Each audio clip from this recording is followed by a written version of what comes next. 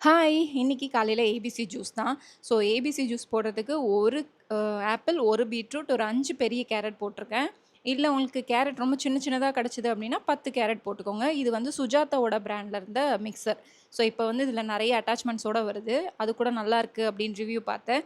So இது நெறைய பேர் கேட்டிருந்தீங்க. லிங்க் வேணா கமெண்ட் பண்ணுங்க. நான் உங்களுக்கு சென்ட் பண்றேன். YouTubeல பார்க்குறீங்க அப்படின்னா டிஸ்கிரிப்ஷன்லயும் ஃபர்ஸ்ட் கமெண்ட்லயும் பின் பண்றேன். செக் பண்ணி பாருங்க. ஜூஸரை எப்படி வாஷ் பண்ணுவீங்க? ரொம்ப கஷ்டமான்னு கேட்டிருந்தீங்க.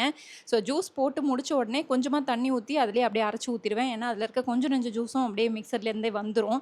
அதுக்கப்புறம் ஜூஸ குடிச்சு முடிச்சு அடுத்த கையோடயே வாஷ் பண்ணி வச்சுருவேன். ஏன் அப்படின்னா, ரொம்ப நேரத்துக்கு விட்டீங்கன்னா, காஞ்சு போயிட்டு அத தேய்ச்சு கழுவுறதுக்குள்ள கஷ்டமாயிடும். ஸோ கையோட வாஷ் பண்ணி வச்சுட்டிங்கன்னா ஈஸியா இருக்கும். மாமியார் வீட்ல இருக்கும்போதே அப்படிதான். ஸோ ஹவுஸ் ஹெல்ப் வந்து லேட்டா வருவாங்க. அதனால நான் வந்து கொஞ்சம் தண்ணி ஊத்தி அலசியே வச்சுருவேன். அதில ஒட்டியிருக்கிறதெல்லாம் போயிடும். அவங்க கிளீன் பண்ணுறதுக்கு ஈஸியாவே இருக்கும். மதியானம் லஞ்சுக்கு வந்து கீரை பொரியல், முருங்கைக்காய், உருளைக்கிழங்குலாம் போட்டு தேங்காய் அரைச்சி ஊற்றி குழம்பு வச்சுட்டேன். ஸோ சாப்பாடு வடிச்சிட்டேன். அவ்வளோதான் இன்னைக்கு லஞ்சும் சேர்ந்தே முடிச்சிட்டேன்.